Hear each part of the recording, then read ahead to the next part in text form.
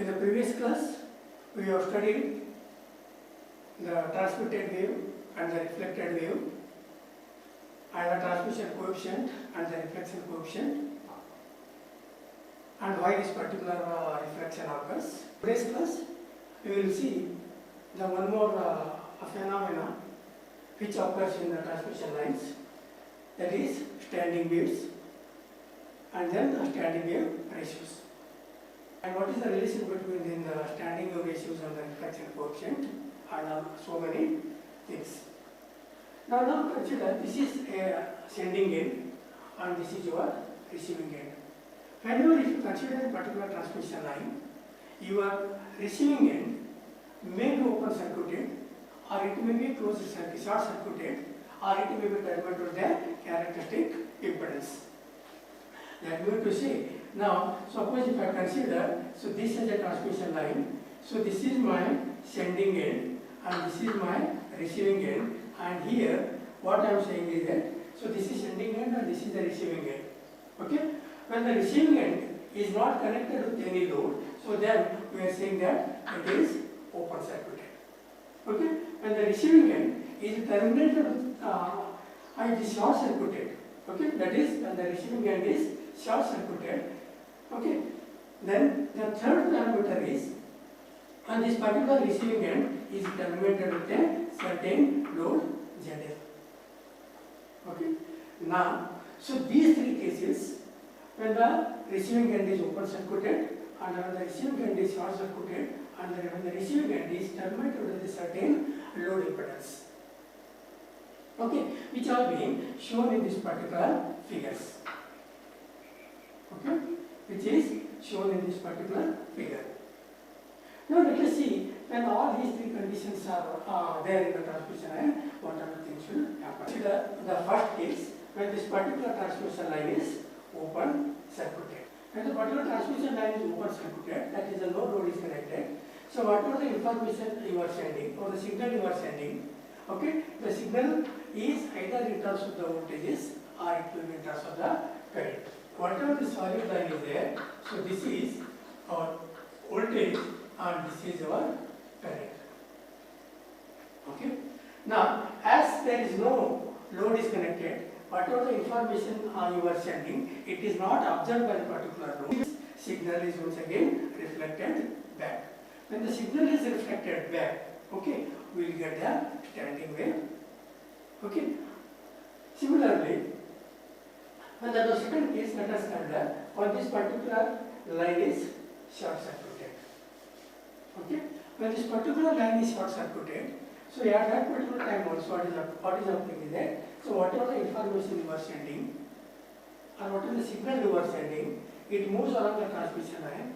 As the receiving end is short circuited, the information is, or whatever the signal it is coming to this particular receiving end, so it is once again reflected back, because there is no load is connected to observe this particular signal sent by this particular transmitting end. Now here also, so this is the voltages, solid lines what you are observing, this is the voltage, and whatever the dotted lines are being, so this is the current. So that is the voltage and the current distribution and the open circuited and the short circuited transmission line is shown in this. Now let us consider the third case, that is at this particular transmission line, okay, it is terminated with a load impedance, so that is equal to ZL. And this particular transmission line is terminated with a load impedance ZL, but this particular ZL is not equal to the characteristic impedance Z0.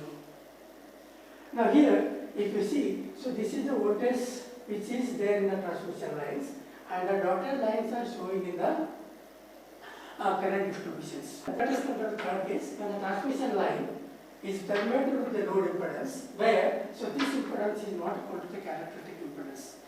So in this particular case, you have connected a load, but load impedance is not equal to the characteristic impedance. The entire signal what you are sending from the sending end, it will be not observed by, so this particular load. As you have studied in your network theory, that is a maximum power transfer theorem. What the maximum power transfer theorem is saying is that When the load impedance is matching with the characteristic impedance, then the maximum power will be transferred. Here also, when the load impedance is not equal to the characteristic impedance, the entire signal is not absorbed by the receiving end, some signal will be sent back. So this we are calling it as a reflected wave. Okay, now coming back to the standing wave ratio. Now what is happening in this particular transmission line is that either it may be of open circuited or short circuited, or the receiving end is terminated with the load ZL, it is not equal to characteristic impedance. The waves are moving, okay, and once again at the receiving end, the waves are once again coming back, separating. So from the sending end, so the waves are moving and going to the receiving end, and because of any one of this particular case, once again from the receiving end, so the waves are coming back. Closely if you observe this, one side the wave is going, and from the other side once again the waves are reflecting. Okay, virtually if you observe, nothing is happening, it is going like this and it is coming like this. Okay, it means that it is similar as waves are in their standing positions. So this one you can compare with some general example. Assume that you are standing on a seashore, okay, and just if you are looking toward the water waves coming on the seashore, so what is happening is that water waves are coming, okay, and you hit the seashore, and then once again the water waves are going back. So the same pattern they are coming, and in the same pattern they are going. Virtually what is happening is that we are having a waves, so their positions, okay, we are taking it as a standing positions. So this is what we are calling it as a standing waves. Okay, and this particular standing waves is an unrequired phenomenon in the transmission lines. We should not have a standing waves. Okay, in order to, if you want to say you should not have a standing waves in the transmission lines, then your load impedance has to be matched with the characteristic impedance. If ZL is equal to Z0, then so whatever the signal you are sending it from the transmitting end, so it will be absorbed by the receiving end. When it will be absorbed by the receiving end, so then there is no reflected wave. When there is no reflected wave, then there is no standing waves. When there is no standing waves, so then there is no question of the standing wave ratio. Okay. Now, so with this particular diagram, now the standing wave is represented by either S or the rho. You can use any one of the notation to represent the standing waves. It is V maximum divided by V minimum. That is the ratio of voltage maximum to the voltage minimum, or the ratio of current maximum to the current minimum. It is called as standing wave ratios. Okay. The standing wave ratio is represented by either S or rho. It is V maximum to the V minimum and I maximum to the I minimum. So that is, here you can also observe here V maximum and V minimum and I maximum and I minimum. So the ratio of maximum voltage to the minimum voltage and the ratio of maximum current to the minimum current is known as a standing wave ratios. Now the question occurs is that from where this maximum voltage and the minimum voltage occurs and the maximum current and the minimum current occurs. Okay, let us see how this maximum voltage and the minimum voltage, maximum current, minimum current occurs. Okay, now as you know, sending end sending a signals, and from the receiving end the signals is once again reflected back. Okay, so this is a continuous phenomena because the load is not matching with the captive impedance. And these currents are the voltages in the transmission line. At sometimes they are in phase and sometimes they are out of phase. When these voltages and the currents are in phase with respect to each other, then you are getting either the voltage maximum or the current maximum. And when these voltages and currents are out of phase with each other, then you are getting the voltage minimum and the current minimum. Then we have to find out where the voltage maximum is there or the current maximum is there, and find out where the voltage minimum is there and the current minimum is there. Then the ratio of voltage maximum to voltage minimum, current maximum to the current minimum is going to be the standing wave ratios. Okay, and the standing wave ratios you will get in all these conditions. Okay? When this particular load impedance is equal to the characteristic impedance, there is no reflected waves, okay, and there is no variation in the voltage levels or the current levels. So then, these values, because we will not have voltage maximum or voltage minimum or current maximum or the current minimums, all of the wave is having a constant level. So the way the waves is not having a constant level, then S equal to 1 we will get. And that is the preferred condition in the transmission lines. Now let us see what is the relation between this SWR and the reflection coefficient. Okay? That is the relation between the standing wave ratio and the reflection coefficient. Okay? Now, in order to know the relation between the standing and the reflection coefficients, so the magnitude of the voltage varies between maximum and minimum. As I told you, the voltage and the current, its magnitude is varying between maximum and the minimum. That is, magnitude of the voltage or the current varies between maximum and the minimum. Okay? So the equations you can write either in terms of the voltages or you can write in terms of the currents. So the maximum voltage is equal to Vs. Vs is the standing end voltage into e to the power of minus 1.1 minus L into 1 plus tau. Tau is nothing but your reflection coefficient into e to the power of minus j2 alpha L. And the minimum voltage is Vs into e to the power minus alpha into 1 minus L into 1 minus tau into e to the power 2 alpha L, where tau is the reflection coefficient. Okay. Now, as you know, the standing wave ratio is the maximum voltage to the minimum voltage or the maximum current to the minimum current. Now, so this maximum voltage and this maximum current we will substitute in these particular equations. Okay. Then, for a lossless line, okay, for a lossless line, the standing wave ratio is equal to 1 plus tau divided by 1 minus tau. Okay. And so that is the standing wave. Here we are specifying in terms of the reflection coefficients, and you can specify the reflection coefficient in terms of the standing wave ratio. So that is given by S minus 1 divided by S plus 1. So this is equal to V maximum minus V minimum divided by V maximum plus V minimum. So that means to say that if reflection coefficient is there, you can calculate the standing wave ratio, and if standing wave ratio you know, you can calculate the reflection coefficient. Let's solve one problem. The given problem is find the reflection coefficient and the voltage standing wave ratio for a line having the characteristic impedance equal to 100 ohms and the load impedance is equal to 100 minus j100 ohms. To solve this particular problem, first let us write what are the given values are there. So ZL is given load impedance, that is 100 minus j100, and the characteristic impedance is given, this is equal to 100 ohms. Now first calculate the reflection coefficient. The reflection coefficient is calculated from the equation ZL minus Z0 divided by ZL plus Z0. Substitute these values and substitute these values in this equation. Okay. If you go on simplifying these values, I am going to get that value as the reflection coefficient as 0.4472 at an angle of minus 63.43 degrees. Once you calculate this reflection coefficient, then calculate the standing wave ratio. Standing wave ratio is represented by either S or the rho. Okay, is equal to 1 plus tau divided by 1 minus tau.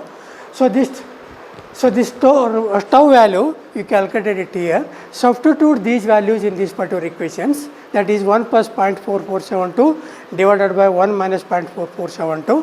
If you simplify this, I am going to get the value as 2.618. Now, let us solve another problem.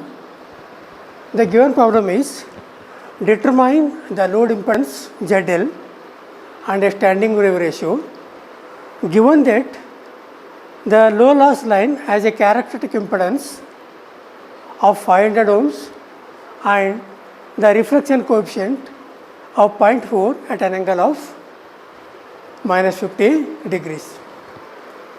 For the solution, write the given values Z0 and tau is given, and you are calculate the reflection coefficient. Okay. To solve this particular problem, write down the given values, the chaotic impedance and the reflection coefficient, and you are supposed to calculate the standing wave ratio and the load impedance. Now the standing wave ratio is given by S is equal to 1 plus tau divided by 1 minus tau. So the tau value is given to you. Substitute the values of tau in this. I am going to get the standing wave ratio as 2.33. Okay. Now the reflection coefficient tau is given by ZL minus Z0 divided by ZL plus Z0. Then by compound to dividend operations, we can write it as 1 plus tau divided by 1 minus tau at the left hand side. Similarly at the right hand side, so ZL plus Z0 plus ZL minus Z0 divided by ZL plus Z0 minus ZL plus Z0. So the sum of the terms will get cancelled in this. We left with ZL divided by Z0. Now 1 plus tau divided by 1 minus tau is equal to ZL divided by Z0. Therefore, we want to calculate this ZL. So therefore, cross multiply. So this term with this particular term. Then, so the ZL is equal to Z0 into 1 plus tau divided by 1 minus tau. Okay. Now the tau value is already given to you in the problem. Okay. So this tau value is given in this particular problem. Substitute the values of tau in this equation. 1 plus 0.4 into 1 plus 0.4 at an angle of minus 50 and 1 minus 0.4 at an angle of minus 50 degrees. So then, so write these angles in terms of the cos values, that is 1 plus 0.4, a cos of 50 degree minus j sin of 50 degree.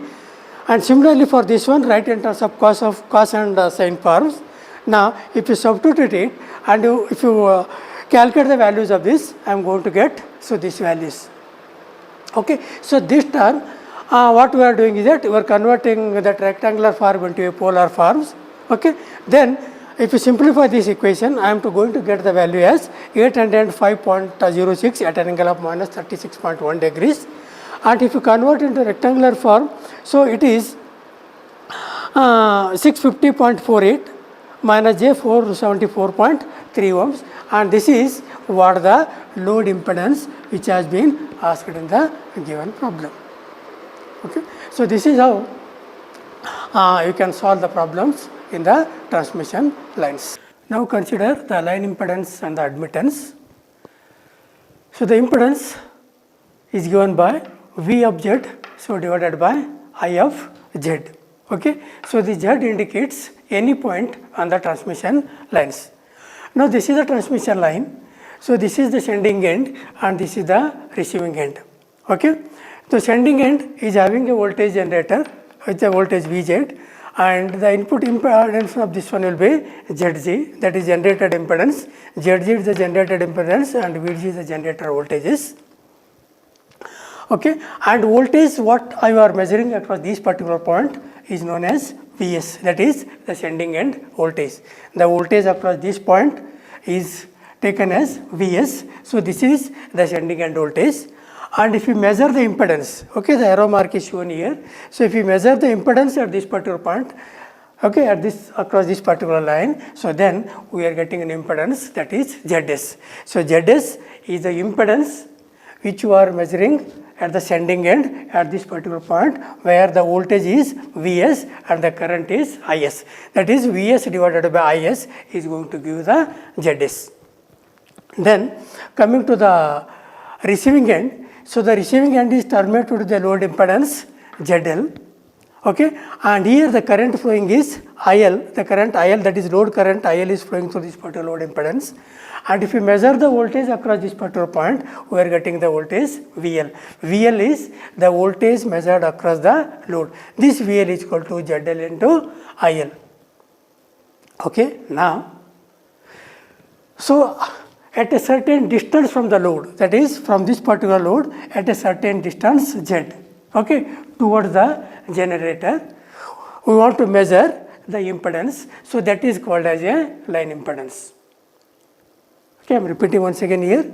So this is the sending end voltage, this is the load voltages. So this is the load impedance and this is the sending end impedance. And now we want to measure a impedance in a line at a certain distance z from the sending end. We are moving with a certain, we are at this particular point, we are moving towards, moved by a certain distance z. When moved by a certain distance z, okay, now and then we are measuring the voltage at this particular point. So, this voltage is Vz, and at this particular point we are going to get the current Iz. Okay, here we are measuring the current at the z point. Okay, so then we are getting the voltage Vz, and at there we are getting the current Iz. Okay, then so this Vz divided by Iz is going to give me the impedance Z. So this impedance is the line impedance. So what we want to calculate, this is Z equal to V of Z divided by I of Z. V of Z is a voltage measured at a certain distance Z from the load end. I of Z is a current you are measuring at a certain distance Z from the load end. This V of Z divided by I of Z is going to the load impedance Z. Okay. Now this Z is calculated from Z equal to Z0. In the work you have ZL into cos h of gamma Z plus Z0 sin h of gamma Z. So divided by Z0 cos of gamma Z plus ZL sin of gamma Z. Now for a lossless line. Okay, for a lossless line means where, so this load impedance is matched to the character impedance of the transmission lines. When the load impedance is matched to the character impedance of the lines, then the maximum power will be transferred from sending end to the receiving end. So there is no losses is occurring. Okay, and for a lossless transmission line, this alpha is equal to 0. Okay, when the alpha is equal to 0, you know that we are writing gamma is equal to alpha plus j beta. Now because it's alpha equal to 0, so the alpha becomes 0, then gamma equal to only j beta will get, and at that particular time, so this Z0 equal to R0. Now if that is the case, then cos h of gamma Z, you can write it as cos h of j beta Z, that is equal to cos of beta Z, and sin h of gamma Z, you can write it as sin h of beta Z, you can write it as j sin of beta Z, and these values we are substituting in this equation. Okay. So these are the conditions we will get when we have alpha equal to 0, and these values we will substitute in this particular equations. So then we will get, after substituting this equation, okay, if we simplify this one, so we will get, so the value as ZL plus JR0 tan of beta Z, R0 plus JZL tan of beta Z. Okay, simply divide that numerator and denominator by cos of beta Z. So what is happening is that here cos will get cancelled and cos will get cancelled, ZL will remain and R0 will remain. Sin divided by cos you are going to get it as a tan, and sin divided by cos you are going to get it as a tan. That is Z0, Z equal to R0 into, so this term is going to give you the line impedance. Then coming to the admittance. So the admittance is the inverse of the impedance, that is Y0 is equal to 1 by Z0, where Z0 is the characteristic impedance and Y0 is the admittance. Okay. Now instead of taking the characteristic impedance, the character impedance, if I take in terms of the line impedance, okay, then I can get the admittance. If Z is the line impedance, then Y is equal to 1 by Z. Okay, because admittance is always inverse of the impedance. Y is equal to 1 by Z, where G plus, this is equal to G plus J beta, where G is the conductance and B is the susceptance. Solve one problem. The given problem is the characteristic impedance of a transmission line is 100 ohms and the load impedance is 200 ohms, and calculate the voltage reflection coefficient, voltage standing wave ratio, and reflected power in percent of incident voltage is 90 volts. Given values are characteristic impedance is given 100 ohms and load impedance is given as 200 ohms and incident voltage is given as 90 volts. Now first calculate the reflection coefficient. Reflection coefficient is calculated from the formula ZL minus Z0 divided by ZL plus Z0. So ZL and Z0 is given. Substitute the values, you will get a value as reflection coefficient equal to 0.33. and we know the relation between the standing wave and the reflection coefficient. So standing wave ratio is equal to 1 plus tau divided by 1 minus 2, and this particular tau value you have calculated here. Substitute the values of tau, we are going to get the reflection standing wave ratio is equal to 2. Then we know that, so this reflection coefficient is calculated from a ratio of reflected voltage to the incident voltage. The reflected voltage is represented by VR and the incident voltage is represented by Vi. And so this value, already you got the values as 0.33, that is tau is equal to 0.33. Now, so this, now that is VR by Vi is equal to 0.33. Therefore, if you cross multiply, this VR equal to 0.33 times of the Vi. And Vi we are knowing 90 volts. So this 90 volt you substitute here. Okay, so we are going to get it as 30 volts. Now, the reflected power to the transmitted power is equal to PR divided by PT, where PR is the transmitted power and PT is the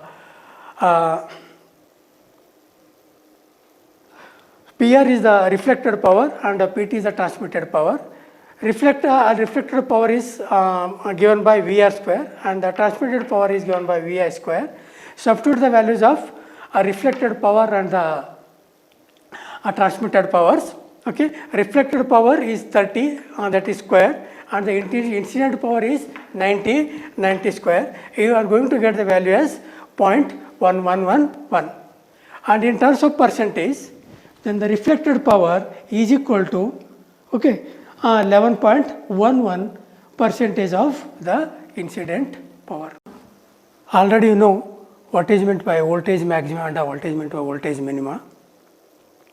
That is the point at which the maximum voltage occurs in the transmission line and the point at which the minimum voltage occurs in the transmission lines.